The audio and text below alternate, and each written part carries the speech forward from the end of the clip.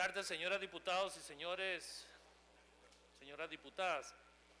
Esta intervención que preparamos para esta tarde fundamentalmente se centra en una preocupación que nos embarga tanto por el estado, el escenario político actual, como la necesidad que creemos fundamental en contribuir a que logremos todos una gobernabilidad que solo se da a través del diálogo, defendiendo las prioridades y construyendo los acuerdos.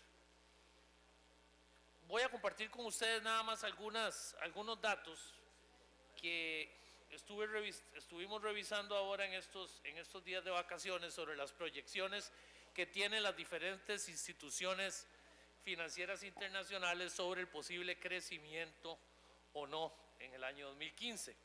Comienzo con el Banco Mundial.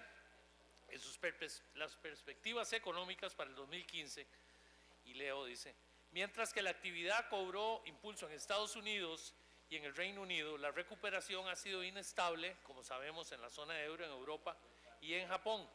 China, en tanto, está pasando por una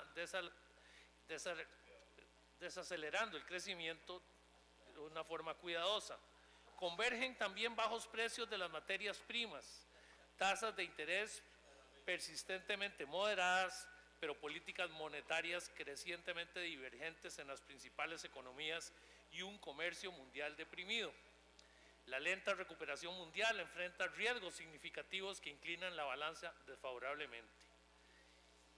El lunes 19 de enero, el Fondo Monetario Internacional publica una revisión a la baja del 0.3% del crecimiento mundial que habían estimado en octubre del 2014, incluyendo el de América Latina, que baja en un 0.9%, de 2.2 al 1.3% apenas, pese, y eso es lo que es alarmante, al drástico abaratamiento del petróleo y a la aceleración del crecimiento estadounidense.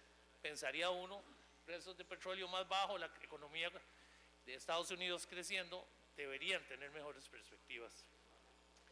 El 5 de enero, el presidente Luis Alberto Moreno del Banco Interamericano manifestó, ya propiamente refiriéndose a América Latina, que ante el magro crecimiento global con precios de materias primas a la baja y limitados márgenes de maniobra fiscal, los países latinoamericanos y caribeños deberíamos priorizar reformas que aseguren un crecimiento sostenido e incluyente a mediano y a largo plazo.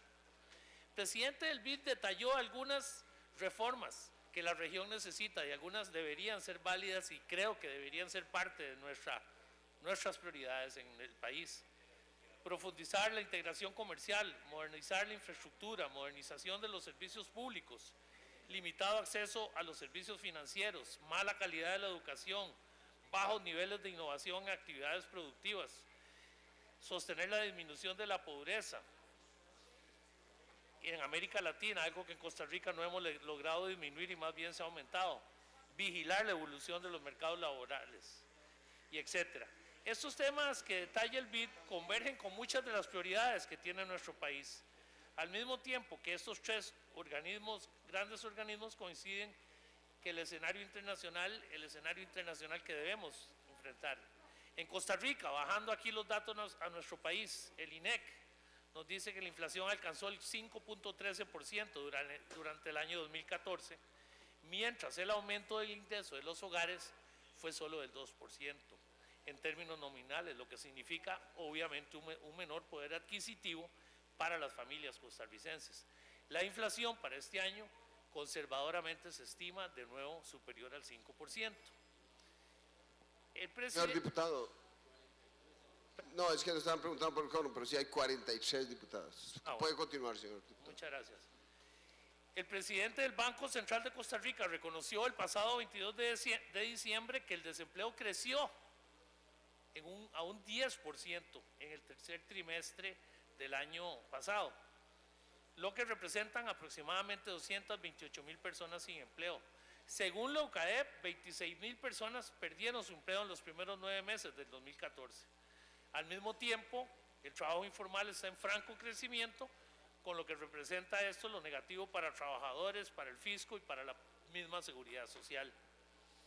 El mismo editorial de La Nación del pasado 19 de enero nos decía que de ahí se desprende que el principal esfuerzo, dice, que debemos hacer para incrementar las fuentes de trabajo en el sector privado, pues el Estado y sus instituciones, obviamente, dado lo precario de la situación fiscal, dejaron de ser los empleadores de última instancia.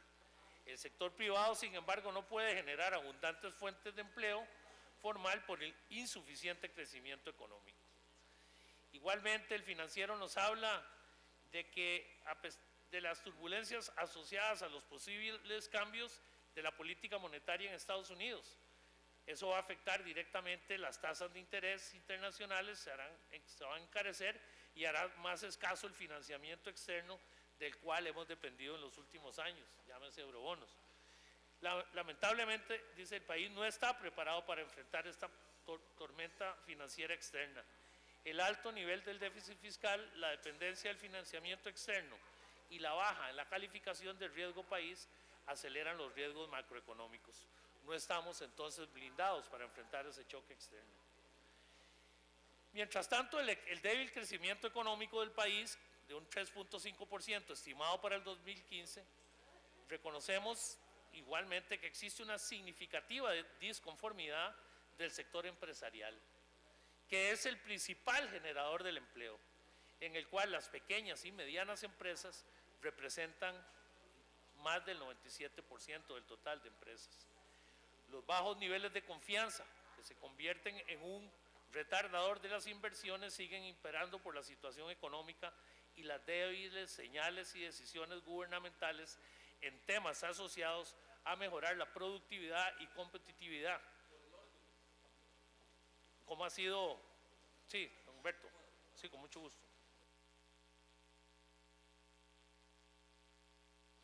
Diputado Humberto Vargas, por el orden.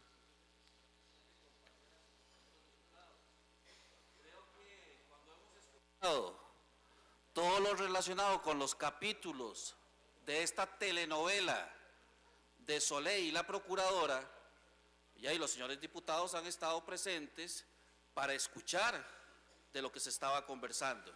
Y ahora que estamos escuchando un tema verdaderamente serio, y ahí los diputados brillan por su ausencia. Me parece muchísimo más importante lo que está manifestando en este momento mi compañero jefe de fracción que los temas Soleil y Procuradora. Y sin embargo, veo que de una manera irrespetuosa las curules están vacías. Muchas gracias, señor presidente.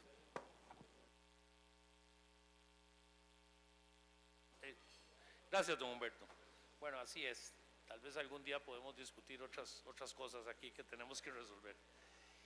Mientras tanto, decía, el débil crecimiento económico de nuestro país de un 3.5% estimado para este año, nos hace pensar que no es el mejor clima para realizar negocios, lo cual no va a contribuir a generar producción y empleo, y los representantes de los diversos sectores nos han dicho cuán escépticos están sobre las posibilidades de crecer en el 2015.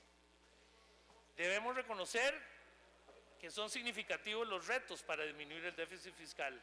Si bien es cierto, tal vez se perdió con la Navidad, se instruyó una rebaja de 61.000 millones de colones en el gobierno central, aún están pendientes de cumplimiento otros compromisos del señor presidente de la República con esta Asamblea Legislativa, según su carta del 28 de noviembre del 2014, que aquí leímos, que deben atenderse a la brevedad posible para disminuir el gasto público.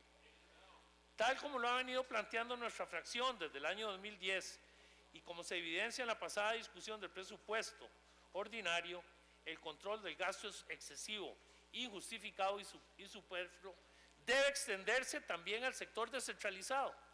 Como todos sabemos, aquí aprobamos nada más una tercera parte del gasto público, eso otro representa el 67%. Y en esa petición que se le hizo al señor presidente y que se comprometió el ministro de Hacienda en la carta que nos envió, se extenderían muchas de las normas de ejecución que se fijaron en la Comisión de Hacendarios al sector descentralizado, generando posiblemente disminuciones en los gastos hasta de más de 1.000 millones. Y vamos a esperar y a velar porque eso se cumpla.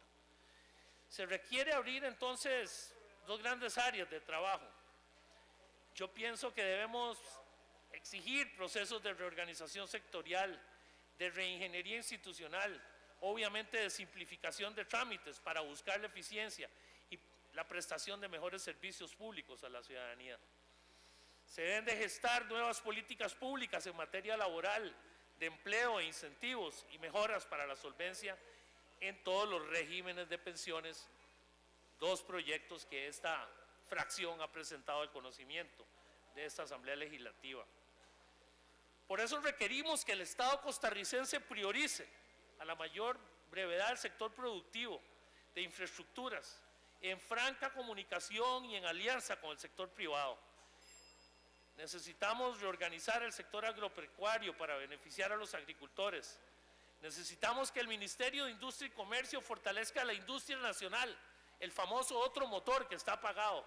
Necesitamos una agenda de inversiones públicas y necesitamos programas para generar producción y empleo en las regiones de menor desarrollo, que como vimos en el Estado de la Nación, el reporte del año pasado, la desocupación, la pobreza en esos sectores más bien ha ido en aumento y no hemos dado el impulso necesario a los sectores productivos ni políticas públicas en esos sectores.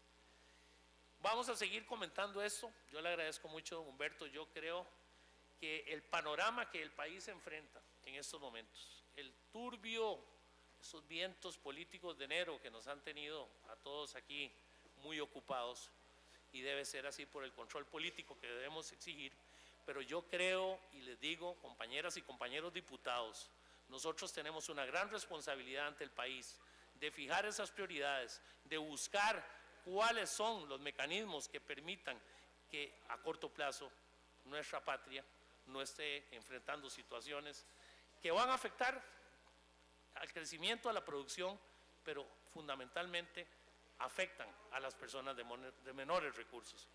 Le agradezco mucho, señor presidente. Gracias.